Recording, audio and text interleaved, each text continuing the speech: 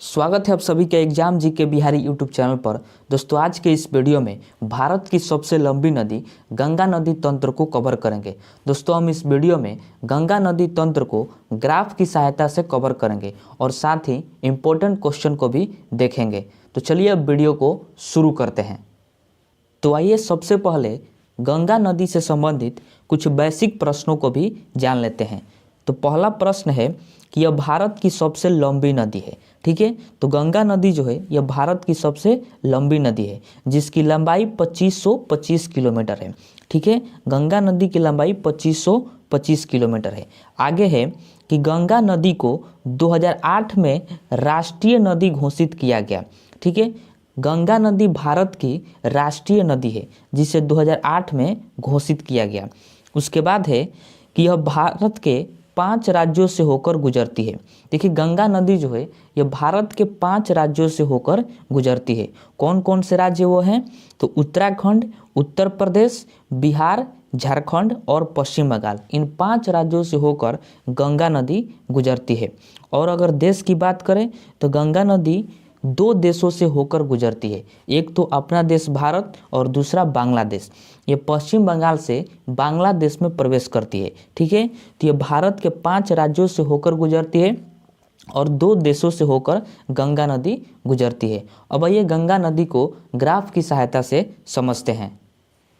तो आइए अब गंगा नदी को ग्राफ की सहायता से समझते हैं। तो देखिए उत्तराखंड में गंगोत्री हिमानी है और गंगोत्री हिमानी से भागीरथी नदी निकलती है। ठीक है, और उत्तराखंड में ही संपोथी हिमानी है और संपोथी हिमानी से अलकनंदा नदी निकलती है और ये दोनों नदियाँ देवप्रयाग में आकर आपस में मिल जाती है। ठीक है, गंगोत्री हिमानी से भागीरथी नदी निकलती है और संपोथी हिमानी से अलकनंदा नदी निकलती है और ये दोनों नदियाँ देवप्रयाग में आकर आपस में मिल जाती है और वहाँ से एक धारा के रूप में बहती है और इसी एक धारा का नाम है गंगा नदी। ठीक है, तो गंगोत्री हिमानी से भागीरथी नदी और संपोथी हिमानी से अलकनंदा नदी, ये दोनों नदियाँ आकर देवप्रयाग में आपस में मिल जाती है और उसके बाद एक धारा के रूप में बहने लगती है और इसी धारा को कहा जाता है गंगा नदी के नाम से इसे जाना जाता है।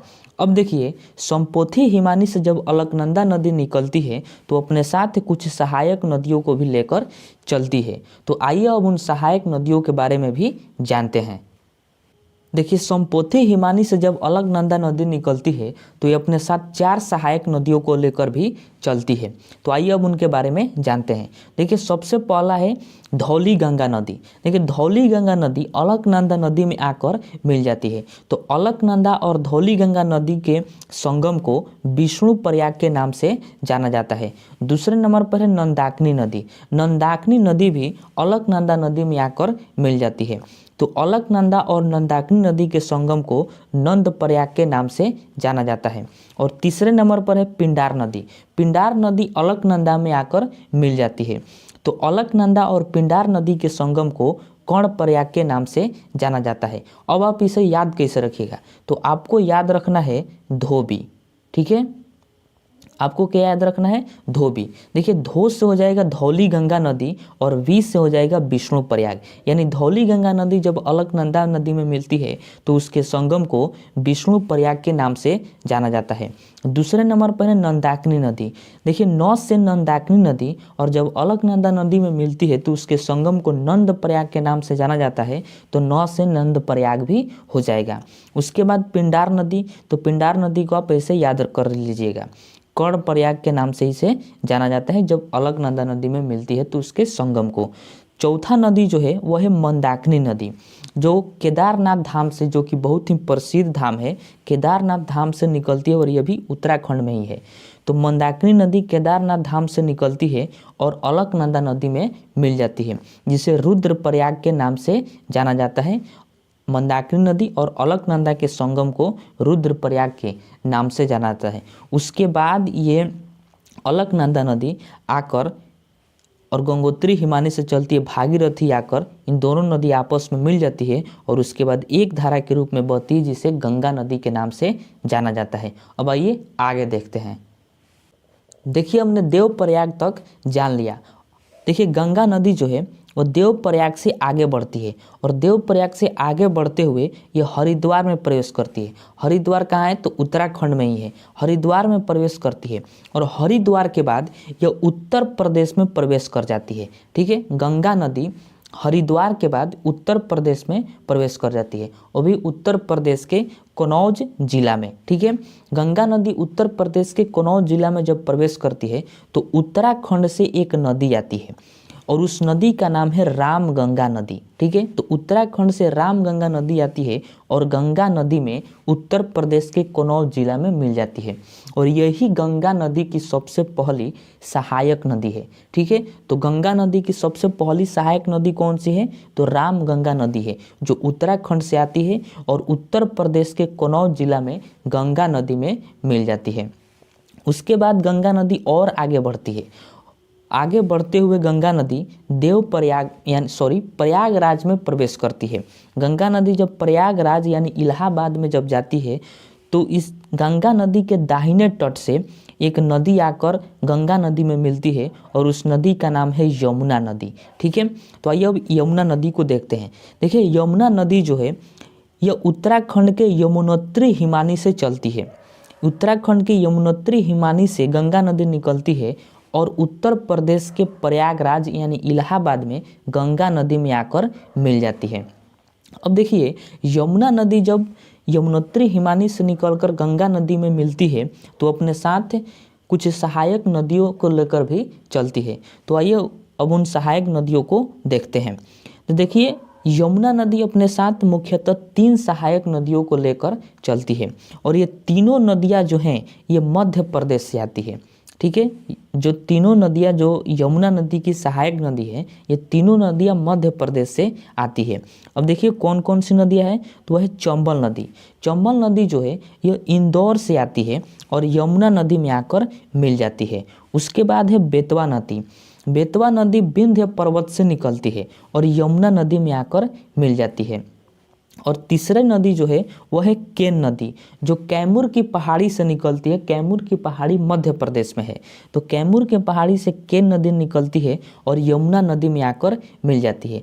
अब देखिए, यमुना नदी की जो सबसे बड़ी सहायक नदी है वह है चंबल नदी। ठीक है, यमुना नदी की सबसे बड़ी सहायक नदी कौन सी है? तो चंबल नदी। और चंबल नदी जो है वो घड़ियाल के लिए प्रसिद्ध है।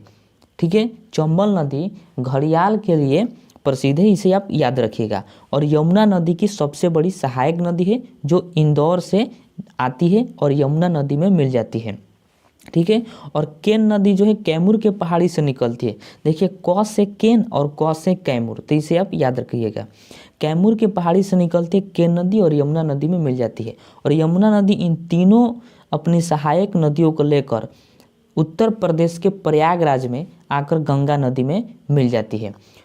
उसके बाद फिर गंगा नदी और आगे बढ़ती है और उत्तर प्रदेश के ही गाजीपुर में प्रवेश करती है। ठीक है, प्रयागराज के बाद गंगा नदी उत्तर प्रदेश के गाजीपुर में प्रवेश करती है। गाजीपुर में एक नदी आकर गंगा नदी में मिलती है और उस नदी का नाम है गोमती नदी, जो कि फुलहर झील से निकलती है। याद रखिएगा, गोमती नदी जो है यह मैदानी भाग से आती है और उत्तर प्रदेश के गाजीपुर में गंगा नदी में मिल जाती है।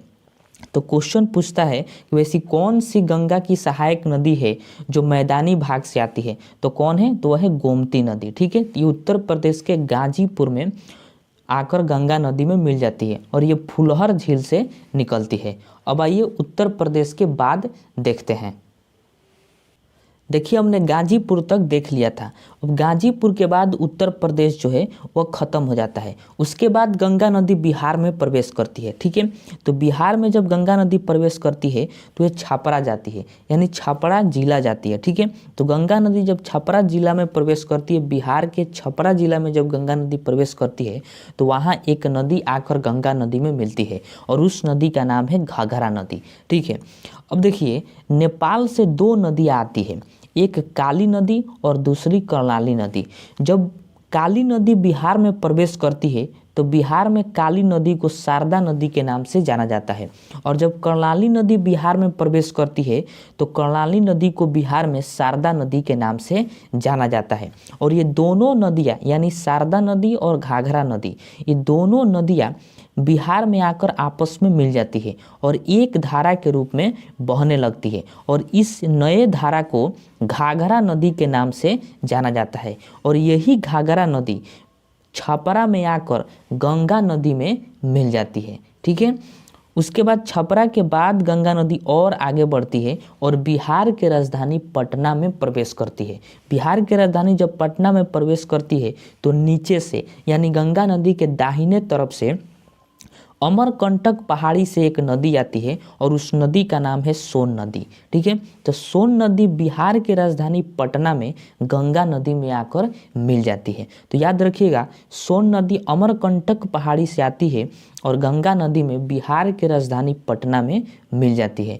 और पटना के बाद गंगा नदी और आगे बढ़ती है तो सोनपुर में प्रवेश करती है। ठीक है, तो गंगा नदी जब सोनपुर में प्रवेश करती है तो गंडक नदी आकर गंगा नदी में सोनपुर में मिल जाती है। और गंडक नदी कहाँ से आती है तो नेपाल से आती है। ठीक है, तो याद रखिएगा, गंडक नदी नेपाल से आकर सोनपुर में गंगा नदी में मिल जाती है। सोनपुर के बाद गंगा नदी और आगे बढ़ती है तो कुर्सेला में प्रवेश करती है। जब गंगा नदी कुर्सेला में प्रवेश करती है तो कुर्सेला में नेपाल से आती हुई एक नदी और उस नदी का नाम है कोसी नदी, जो कि बहुत ही इम्पोर्टेंट है ये कोसी नदी। तो कोसी नदी बिहार के कुर्सेला में गंगा नदी में मिल जाती है। कोसी नदी को बिहार का शोक कहा जाता है क्योंकि ये कोसी नदी प्रतिवर्ष बिहार में भयंकर बाढ़ लाती है जिससे जान माल की बहुत ही क्षति होता है, इसलिए इसे बिहार का शोक कहा जाता है। ये नेपाल से आती है और बिहार के कुर्सेला में गंगा नदी में मिल जाती है। अब यहाँ तक बिहार जो है ख़त्म हो जाता है। उसके बाद गंगा नदी पश्चिम बंगाल में प्रवेश करती है। तो आइए अब उसे देखते हैं। देखिए, गंगा नदी बिहार के बाद पश्चिम बंगाल में प्रवेश करती है। जब गंगा नदी पश्चिम बंगाल में प्रवेश करती है तो गंगा नदी के बाएं तट से महानंदा नदी गंगा नदी में आकर मिल जाती है। पश्चिम बंगाल में महानंदा नदी गंगा नदी में आकर मिल जाती है। अब देखिए, महानंदा नदी जो है ये दार्जिलिंग के पहाड़ी से निकलती है। ठीक है, तो दार्जिलिंग के पहाड़ी से निकलती है महानंदा नदी और गंगा नदी के बाएं तट से आकर पश्चिम बंगाल में गंगा नदी में मिल जाती है। तो याद रखिएगा, ये महानंदा नदी जो है ये गंगा नदी की आखिरी सहायक नदी है। जो पहली सहायक नदी कौन थी तो रामगंगा नदी थी, लेकिन महानंदा नदी जो है ये गंगा नदी की आखिरी सहायक नदी है जो दार्जिलिंग की पहाड़ी से निकलती है और गंगा नदी में आकर मिल जाती है। उसके बाद गंगा नदी और आगे बढ़ती है। जब गंगा नदी और आगे बढ़ती है तो फरक्का बैराज में प्रवेश करती है। ठीक है, गंगा नदी फरक्का बैराज में प्रवेश करती है तो गंगा नदी फरक्का बैराज में प्रवेश करने के बाद दो भागों में बढ़ जाती है। ठीक है, तो याद रखिएगा, फरक्का बैराज में गंगा नदी जब प्रवेश करती है तो दो भागों में बढ़ जाती है और एक भाग पश्चिम बंगाल में चला जाता है और दूसरा भाग जो है वो बांग्लादेश में चला जाता है। तो एक भाग जो पश्चिम बंगाल में जाता है तो उसे हुगली नदी के नाम से जाना जाता है। तो क्वेश्चन पूछता है कि पश्चिम बंगाल में गंगा नदी को किस नाम से जाना जाता है तो हुगली नदी के नाम से जाना जाता है। और दूसरा भाग जो बांग्लादेश में जाता है तो उसे पद्मा के नाम से जाना जाता है। तो यह भी क्वेश्चन पूछता है कि गंगा नदी को बांग्लादेश में किस नाम से जाना जाता है तो पद्मा नदी के नाम से जाना जाता है। तो पश्चिम बंगाल में गंगा नदी को हुगली नदी के नाम से जाना जाता है और बांग्लादेश में गंगा नदी को पद्मा नदी के नाम से जाना जाता है। देखिए, हुगली नदी पश्चिम बंगाल होते हुए बंगाल के खाड़ी में जाकर गिर जाती है। ठीक है, लेकिन बंगाल के खाड़ी में गिरने से पहले छोटा नागपुर पठार से एक नदी निकलती है और ये नदी आकर हुगली नदी में मिल जाती है पश्चिम बंगाल में, और उस नदी का नाम है दामोदर नदी। ठीक है, तो दामोदर नदी छोटा नागपुर पठार से आती है और हुगली नदी में मिल जाती है। देखिए, दामोदर नदी को बंगाल का शोक कहा जाता था क्योंकि ये प्रतिवर्ष भयंकर बाढ़ लाती थी पश्चिम बंगाल में, इसलिए दामोदर नदी को बंगाल का शोक कहा जाता था। लेकिन अब नहीं कहा जाता है क्योंकि दामोदर घाटी परियोजना के तहत दामोदर नदी पर बहुत सारे बांध बनाए जा चुके हैं, जिससे अब बाढ़ का खतरा नहीं रहता है। अब दामोदर नदी को बंगाल के वरदान की संज्ञा दी गई है। ठीक है, तो दामोदर नदी को पहले बंगाल का शोक कहा जाता था, लेकिन अब दामोदर नदी को बंगाल के वरदान की संज्ञा दी गई है। देखिए, दामोदर नदी में अत्यधिक कचरा होने के कारण इसे जैविक मरुस्थल के नाम से भी जाना जाता है। ठीक है, तो याद रखिएगा, दामोदर नदी को जैविक मरुस्थल के नाम से जाना जाता था। देखिए, गंगा नदी जब बांग्लादेश में प्रवेश करती है तो उसे पद्मा के नाम से जाना जाता है। जब गंगा नदी बांग्लादेश में प्रवेश करती है तो बांग्लादेश में एक नदी आकर गंगा नदी में मिलती है और उस नदी का नाम है जमुना नदी। देखिए, ब्रह्मपुत्र नदी जो है, वो ब्रह्मपुत्र नदी जब बांग्लादेश में प्रवेश करती है तो ब्रह्मपुत्र नदी को बांग्लादेश में जमुना नदी के नाम से जाना जाता है, और यही जमुना नदी गंगा नदी में बांग्लादेश में आकर मिल जाती है। और ये दोनों नदियां मिलकर, यानी पद्मा नदी और जमुना नदी मिलकर बंगाल के खाड़ी में जाकर गिर जाती है। लेकिन बंगाल की खाड़ी में गिरने से पहले ये दोनों नदियां विश्व के सबसे बड़ा डेल्टा सुंदरवन डेल्टा का निर्माण करती है। ठीक है, तो विश्व के सबसे बड़ा डेल्टा सुंदरवन डेल्टा का निर्माण कौन करती है? तो गंगा नदी और यमुना नदी मिलकर बंगाल के खाड़ी में गिरने से पहले। देखिए, सुंदरवन डेल्टा जो है ये रॉयल बंगाल टाइगर के लिए प्रसिद्ध है। ठीक है, Sundarban delta royal Bengal tiger के लिए प्रसिद्ध है। याद रखिएगा, मोस्ट इंपॉर्टेंट क्वेश्चन है कि Sundarban delta royal Bengal tiger के लिए प्रसिद्ध है। और उस सुंदरवन डेल्टा का निर्माण करने के बाद गंगा नदी और यमुना नदी, दोनों नदियां मिलकर बंगाल की खाड़ी में जाकर गिर जाती है। आई होप कि आपको ये वीडियो पसंद आई होगी। धन्यवाद।